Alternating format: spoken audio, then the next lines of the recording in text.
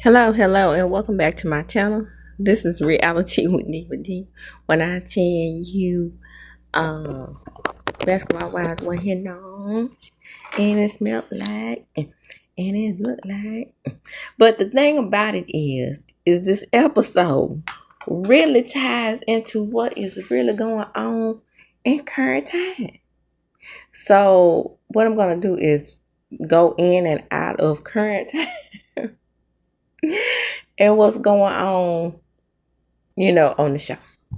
So the episode picks back up where we left off, and Ev and Jan are going back and forth over who's the bigger fella, Christian or the gang. Equal. One felt up on somebody, and then in a park that was almost underage, allegedly, and was found guilty of essaying a person on his show that was really supposed to bring him back in the game. Okay. And then others false impersonated somebody. Child, I cannot make this stuff up. Who is the bigger fella? Hey, according to the Bible, no sin is greater than the other. Elf sitting there talking about some, well, your husband, he on charges now. He's stealing people money right now. Okay? You just keep my daughter's name out your mouth, okay? And then Jennifer's like, well, the only thing I said was that your husband, your daughter's boyfriend, is a felon. Her baby daddy is a felon. So what is the difference, Evelyn? That's all I said. I didn't talk about your daughter. Child back. Moving right along. So Brittany goes on a date. Nothing to see here, y'all. What can I say? Brittany said she was going over there to find her somebody, so she went to see a relationship coach and decided that she was gonna go on do some online dating. It wasn't much to see there. So we get to Ming and Ty. And Ming and Ty done laid up with each other through the night. Now, I told y'all already Ty was for the streets, didn't I? And then I said I was going to talk about some things that's been going on in the headlines and what's not. So Mimi Faust was over there down to the Carlos King show. And she asked, Claudia asked her if she had ever, did Ty love her? And she said that I think she did. But it's no coincidence her being on 3 different shows in Atlanta or various shows that, she wasn't in some nefarious scheme that Ty set up to bring us the bullshit.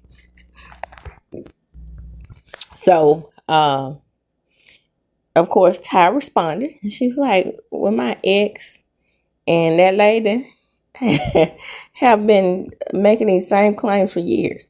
Now, let's give a rundown of Ty's popularity, okay? I don't think Mimi made her popular. If you are into the WNBA, you know exactly who Ty is. If you know about coaching in the WNBA, then you know who Ty is. I don't think she has the clout chase for fame like that. And Ty is on the right show now. I mean, she's on Basketball Wives in a fake relationship with Ming. Now, Ming, in my opinion, wants some diddle, right? And she thinks she can lay up next to a horn dog like Ty and not get her no cuddle. So she makes it clear to Ty that she just wants to be her friend. So Ty lets her know that Brandi was calling her cute and they've been having little flirtatious conversations. That didn't sit well with Ty. So Ty, you want your cake? Ming wants her cake and eat it too. I don't think Ty is the type of lesbian that's willing, because she's the stud, okay? I don't think she's the type of lesbian that's willing to put up with Ty laying up with a man on her watch. It's either all or nothing as far as that goes. But see, that's the thing. I think Ty is the type of lesbian that also get a kick out of flipping the goyles, okay? But see, the thing that you have to understand about bisexual women crave that ding ding too. And you cannot compete where you cannot compare. Look. I'm with the girls, okay? The girls and the boys. And the transgenders. And the non-binary gender non-conforming. I understand your pain. But those bisexual girls that already have children, that's a lost cause for you if you just think they ain't gonna ever want to crave no dangling no more. Ever. Now, in Jacia's case, I don't think Jacia, because I thought about that thing when I was listening to this and I was getting ready to make my notes on this whole situation. Jacia was different because Jacia was gay all along, and she never really craved dangling like that. She wasn't bisexual. But it's hard out here for a pimp when trying to make this money for the rent. Be careful, Ty. Okay, be careful. You need to go out your heart a little bit better, because Mimi Faust is going around talking bad about you. That girl said, I hope I'm not as bitter as she is when I turn 50, child. I cannot make this stuff up. But the thing about it is, I think you need to go out your heart and stop trying to flip women. Find you a good lesbian woman that's willing to commit to you and honor you. And just believe me when I tell you, that is not Ming. Okay? I'm just saying. So, Jennifer, she talks to Ming. And Ming tells her that Brandi was flirting with Ty. And Ty must have told her that to get a rise out of her. Jennifer said, well, it doesn't matter because I think that you just like dick, okay? And so do I. And she said, and that's why you and Ty can't get along like the way you want to. And so she talks about Brandi. She said, well, me and Brandi are real good friends, but I need to get her up out of my business real quick, fast on her, because she ain't to be riding on the EVELYN train, and I'm not here for it. So she's going to have to get out of my business. So Ty gets a confession. And what look cute self. Now, woo,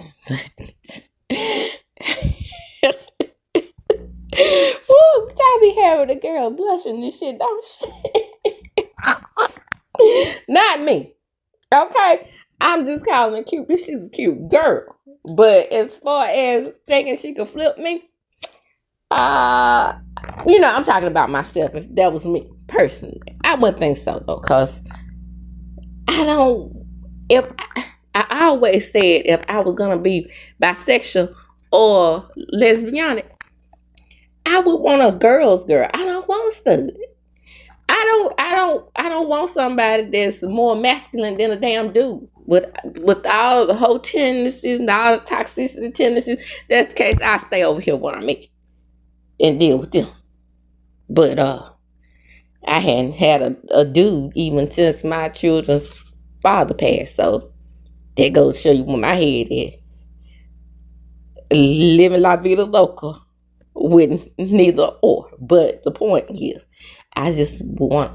if that was my choice, I would prefer, if I was dating women, I would prefer a woman who acted soft and feminine. Because that's what to me, in a lesbian relationship, that's what you want. You want soft and feminine. Somebody who is, exuding feminine energy. See what I'm saying? Not that masculine energy. It's toxic. Ugh. That's what that's why man on my shit is right now. Look at how Papoose over there showing his ass. And I'm sitting up there on one of my videos. Go check it out. Begging Remy to take him back. Or should I say, begging him to give Remy another shot. Child, I can't make this stuff up. What the hell was I thinking? So, in confessional, Ty says she wants a baby. She wants a... And trust me when I tell you that I have never, ever, I have always been the tolerant type. So don't get it twisted. I had I consider her one of my daughters, one of my girls, who had a baby by a guy. And she raised that baby alone. But she was a very, very studly homosexual girl. So I felt like she had to have been, assaulted. But she said that they just had a drunken night and boom, bam, bang, she got pregnant. And her mother wanted to take her child, literally. But luckily, she didn't. But my point was, studly gays can raise children. So I never went I was working at DHS, okay? And her mother didn't want me to allow her to raise the little girl. And I'm like, okay, well, this ain't gonna work because there's no neglect here. She's a good mother. You just want, y'all, this kind of type of shit that really got me in trouble because I was like, you just want to take that baby because she gay and your husband is a preacher and it don't look right in the public eye. So, in your opinion, don't do that. Don't take her baby because you don't think you're going to take that baby, because if you try to take the baby through DHS, which was a free route, you could end up having that baby in the system. Is that what you want? You want your grandbaby to be in the system? Or you just so gung-ho on her not being raised by a lesbian mother? Child, man, that lady was going. We went back and forth. And baby, I did not back down. Okay, so they go to the follicle specialist and they pull a couple of follicles and what's not, and she encourages Ty to freeze her eggs. And Brandi's looking down at her cooter and she was like, "Oh, we got the same thing. We got the same kind of cooch." Cause Ty was flirting with her, laying up on the damn table, getting her cooter looked at and her follicles and whatnot. So, girl, you better hurry up, girl. I'm going to tell you what I did. When I found that I had viable follicles and what's not, and that means eggs, y'all. When I found out I had viable eggs, even though I did not have a sperm bank that I could afford, or an egg freezing zone that I could afford either, I knew that it was going to have to be the natural route or no route. So what I started doing was I literally, when I walked out, started taking prenatal vitamins. Somehow I became fertile. But I didn't start taking prenatal vitamins until I was 39 years old. And so I still didn't think it was going to happen for me. 41 years old, y'all. 41. But if you are determined and you have valuable eggs, it can happen for you. Go for it, Ty. And what I want Ty to do is carry the baby. I'll study like just like the bread. I do. I want to see her. I bet she'll be so cute pregnant. I want to see her pregnant. I want to see her carry the baby. So EVELYN, and next thing we have EVELYN, and she goes over to talk to Shawnee's. Ugh. This was so whack. She's telling her what all Jennifer has said about her daughter, and that she don't play about her daughter. Shawnee's, I don't play about you, okay? I don't play about you. I don't play about my baby, okay? And apparently she don't play about her daughter's baby daddy either. A man that used to date somebody who she considered a friend, but no longer considered a friend now that Shawnee's done laid up with him and had a baby. Well, Shawnee's just sitting there talking about, hey, look, Mom, you know how Jennifer is. Now, she done had a conversation with me and we were supposed to make up and become back cool again. And now I'm believing again that she's a coward. Mom, she's a coward, okay? And my baby's daddy is not a felon. Yes, he is. Yes, he is.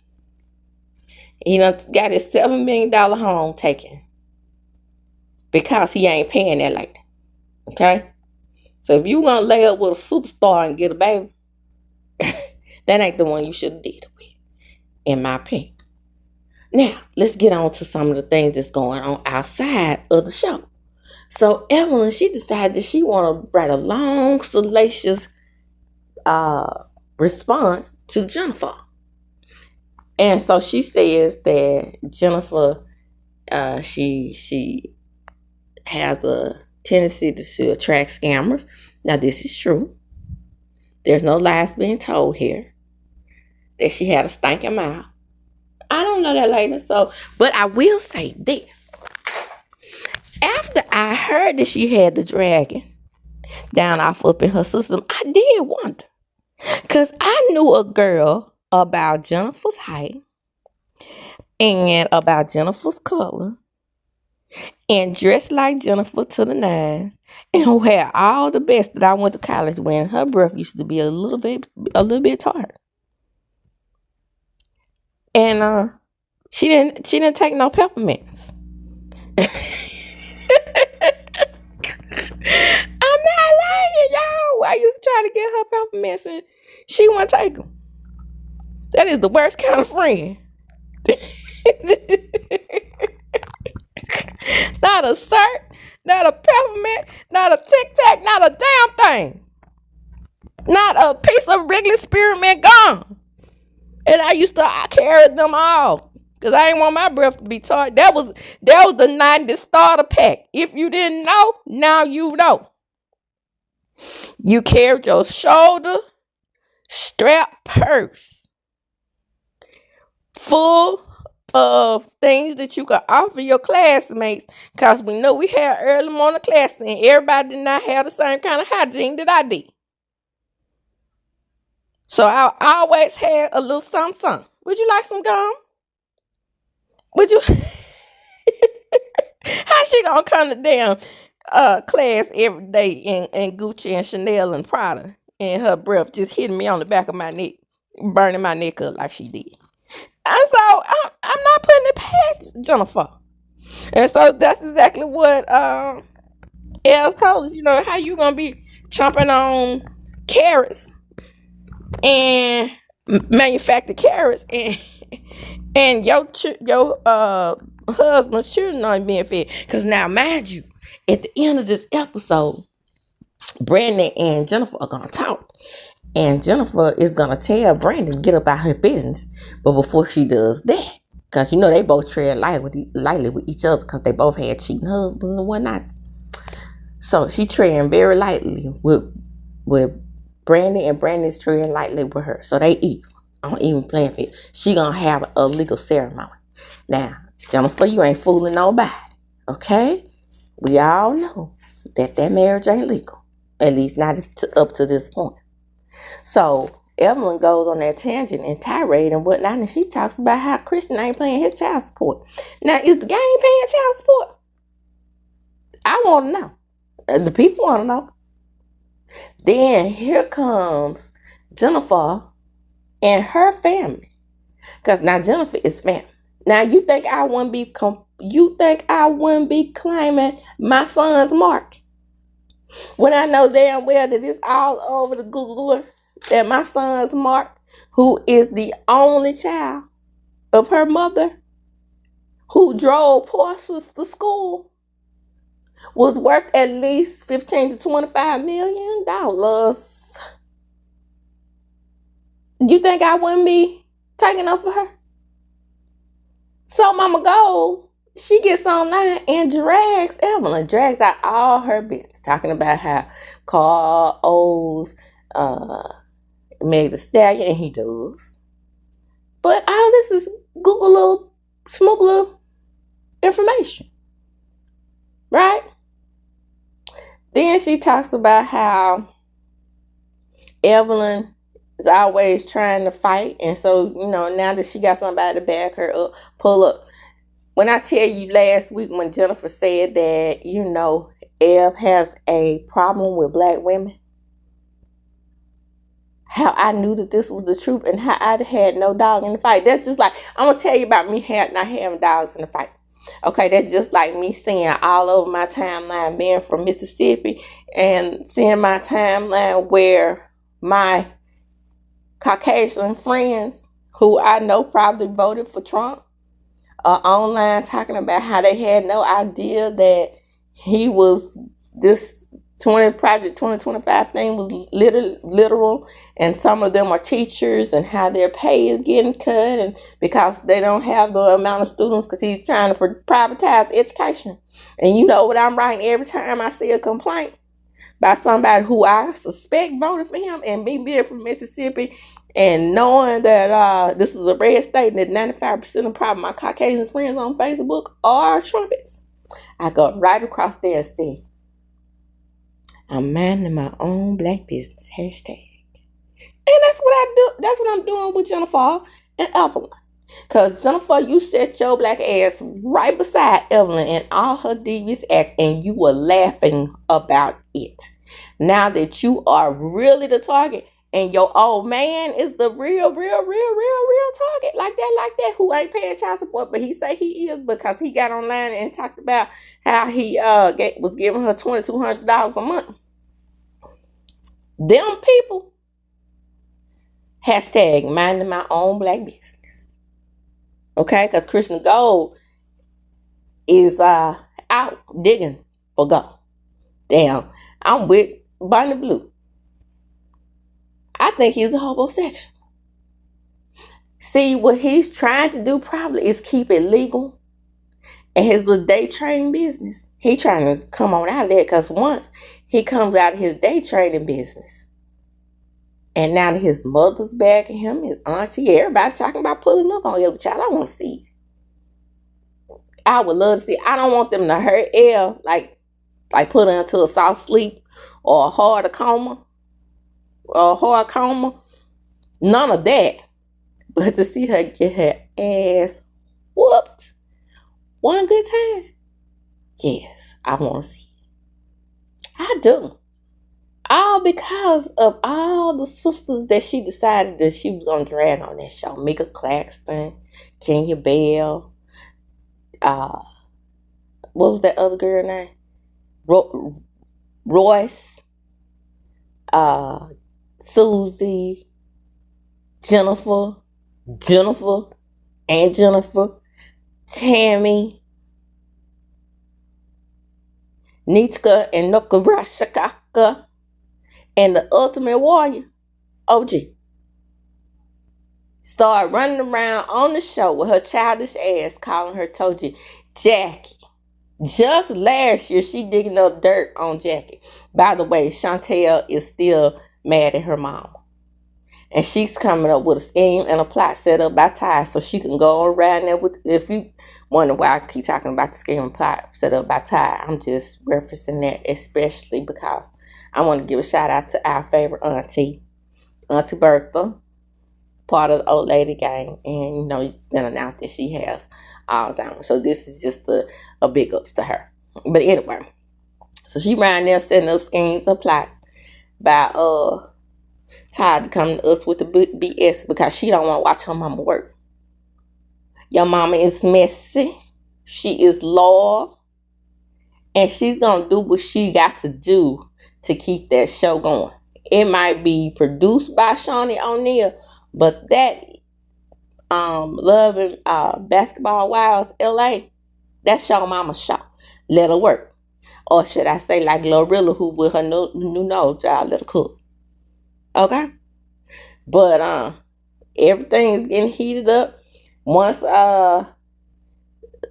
Evelyn called her stank breath, at first people thought that Jennifer had went to sleep, but no. Instead of going to sleep, she went around there and got all the aunties and the uncles and the cousins to let Evelyn know that she is no longer alone. And I guess no longer scared of it. I told her back in the day, I said she should have whooped her ass a long time ago, but that's neither here nor there. She wanted to be up in her butt and resting comfortably. So that's what she was, up in her butt, resting comfortably. And now both of them are into it with each other over Felon Dean. So, again, minding my own black business. And as I do when I close, I'm going to chunk them up. Come on in. Like, comment, subscribe to my channel. Hit the notification bell button. You will be notified when I upload a video. Share the video. Why? Because sharing is indeed caring. And as I do when I close, I'm going to chunk them up. Deuces.